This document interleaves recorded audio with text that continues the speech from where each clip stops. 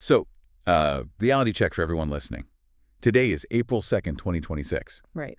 And if you're, a European business leader, a CTO, or an enterprise developer, I want you to look at your calendar and count exactly 4 months into the future. That is August 2nd. Yep, the big day. Exactly. The enforcement deadline for the EU AI Act. And, well, the 30 million euro question hanging over every boardroom right now is just, are you ready? And honestly, the data says no. A resounding no. I mean, get this stat. 61% of European enterprises have deployed some form of AI, right?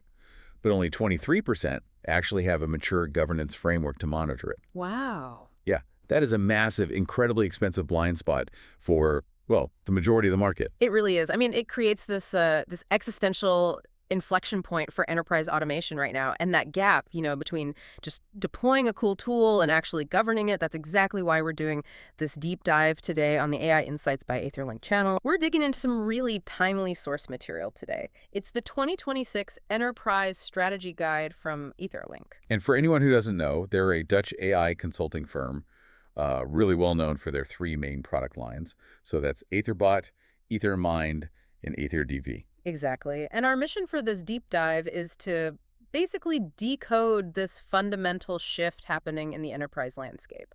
Because, the era of the basic chatbot, that's over. Completely over. Yeah, we are officially in the era of agentic AI. So we need to unpack why this shift is happening, how it actually works under the hood, and really why embedding compliance into your architecture today is the only way you survive that August 2nd deadline. I think the best place to start is that distinction AetherLink makes between, traditional generative AI and this new agentic AI. Because traditional gen AI, like a ChatGPT, is fundamentally just an assistant, right? Yeah, exactly. So I ask a question, it answers based on its training data.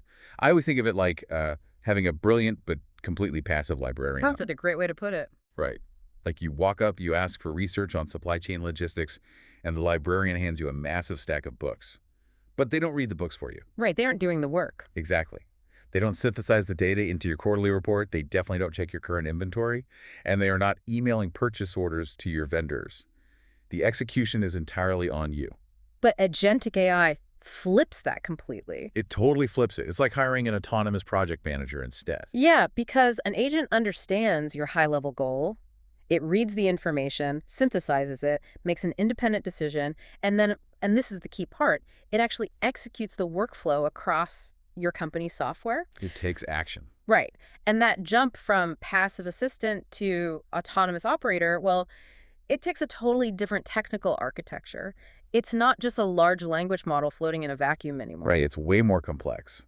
You take that core LLM and you wrap it in a reasoning engine, give it persistent memory, and the ability to use external tools. And when we say tool use in this context, we mean the AI can independently write and execute API calls. Which is huge. It's massive. It can query your Salesforce database, realize a client contract is expiring, draft a renewal, and push it through marketing software. And a human never even clicks a button. So it's no longer just generating text, it's generating actual state changes within the company's infrastructure. It is actively altering your business environment. In fact, the AetherLink guide brings up this 2024 Gartner projection that we are seeing happen right now.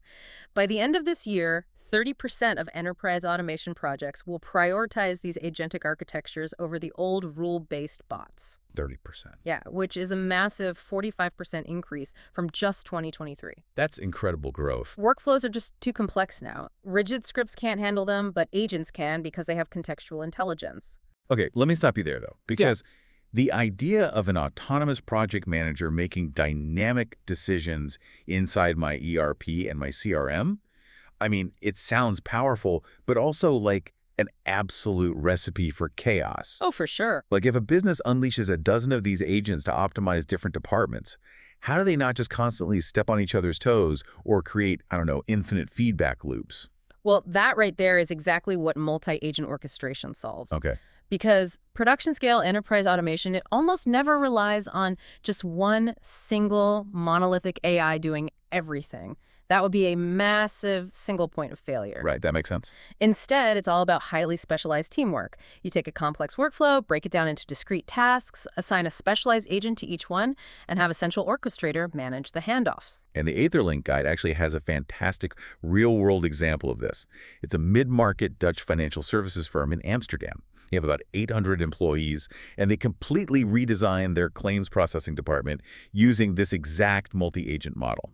Yeah, that case study is perfect. Right. So instead of building one massive, clunky claims bot, they deployed 3 highly focused agents. And looking at how those 3 agents work together is key to understanding this architecture. So it starts with the intake agent. A customer emails in this messy claim with like 3 different PDF attachments. The intake agent autonomously pulls that email, reads the unstructured data, extracts the policy numbers, and reformats it all into a standardized JSON file. So it's basically the frontline triage. Exactly. It just makes sure the data is usable before it hits the internal systems. And then, once that file is standardized, the intake agent asynchronously hands it off to the assessment agent. Right. And this second agent does all the heavy analytical lifting. It cross-references the claim against the specific policy terms in the database, calculates the financial risk, flags any coverage gaps, and actually figures out a preliminary payout amount.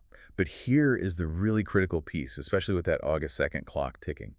The third agent in the system is the compliance agent. So while the intake and assessment agents are doing their thing, the compliance agent acts like an active internal auditor. It monitors the other 2 in real time. It checks the initial email for fraud indicators, validates the proposed payout against EU AI Act guardrails to make sure there's no demographic bias, and logs every single step into an immutable audit trail.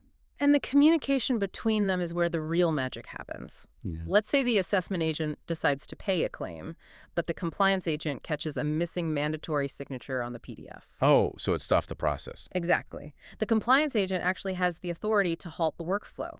It overrides the payout, flags the issue, and routes the whole package to a human handler with a summary of exactly why it was paused. See, that escalation protocol makes perfect sense, and the ROI they got from this is just staggering. It really is. Their average claim processing time dropped from 6.5 days to just 1.2 days. And the human touch points fell from 12 down to 3.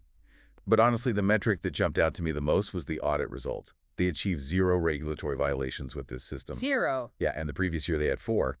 They managed to finish all their EU AI Act impact assessments months ahead of the deadline. I mean, seeing a bottleneck shrink from a week down to a day is a CTO's absolute dream. It is. But I'll be honest, it also terrifies me a little bit. How so? Well, doing the right thing faster is great.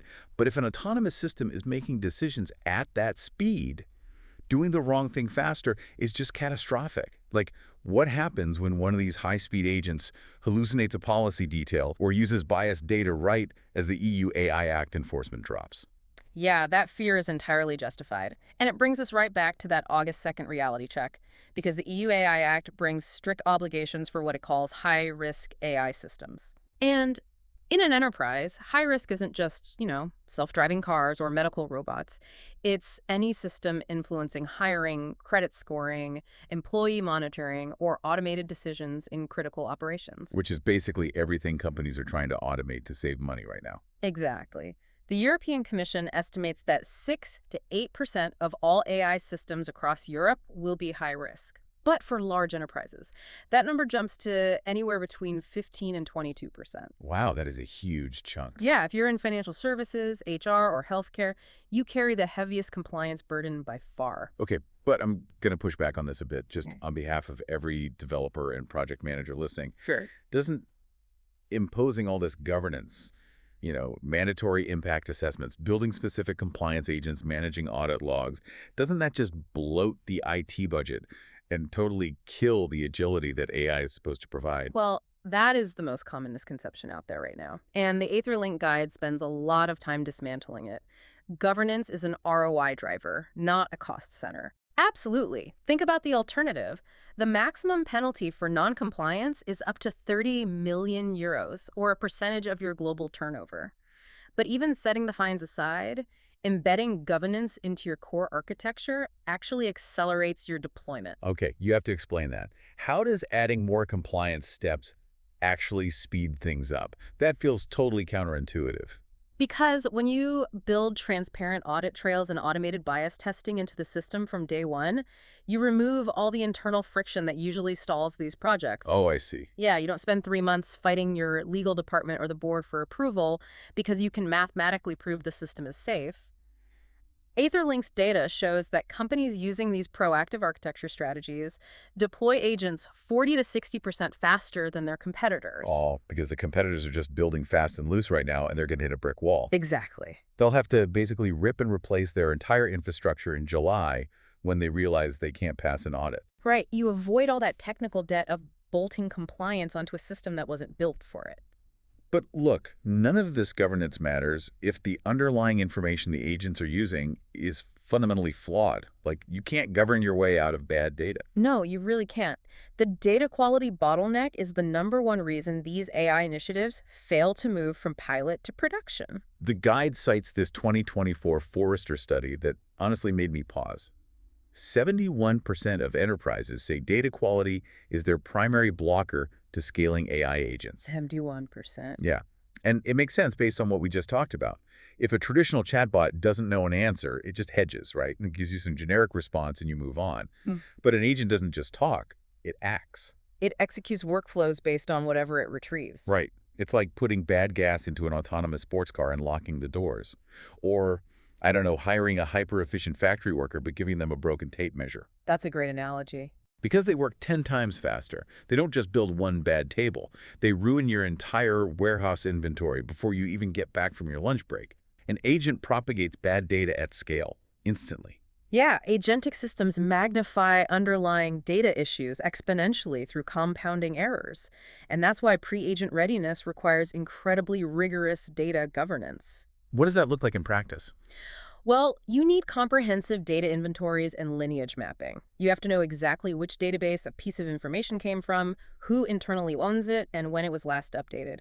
Plus, you need systems to detect data drift. Oh, data drift. Can you break that down for us? Because that sounds like a silent killer for these models. It really is.